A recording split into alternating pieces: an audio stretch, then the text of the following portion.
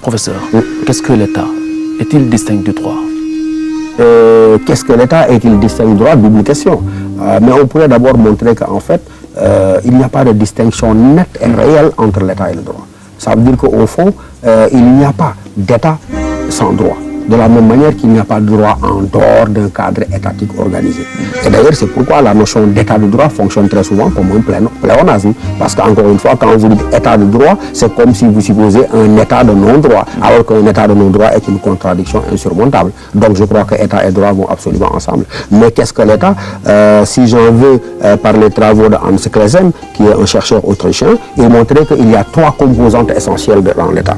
La première composante, elle est d'ordre psychologique, c'est la notion d'autorité politique, avec toute la coercition que cela suppose, tout le pouvoir de contrainte que cela suppose, et les deux autres éléments qui ne sont pas psychologiques mais matériels, c'est la notion de population et c'est la notion de territoire. Et donc on pourrait articuler ces trois éléments-là. Le premier élément psychologique, la notion d'autorité politique, et les deux éléments matériels, la notion de territoire et de population, pour dire qu'en fait, un État, c'est d'abord un ensemble d'institutions, qu'elles soient politiques, qu'elles soient juridiques, qu'elles soient administratives, mais qui s'exercent sur une population, une communauté humaine à l'intérieur d'un territoire bien déterminé.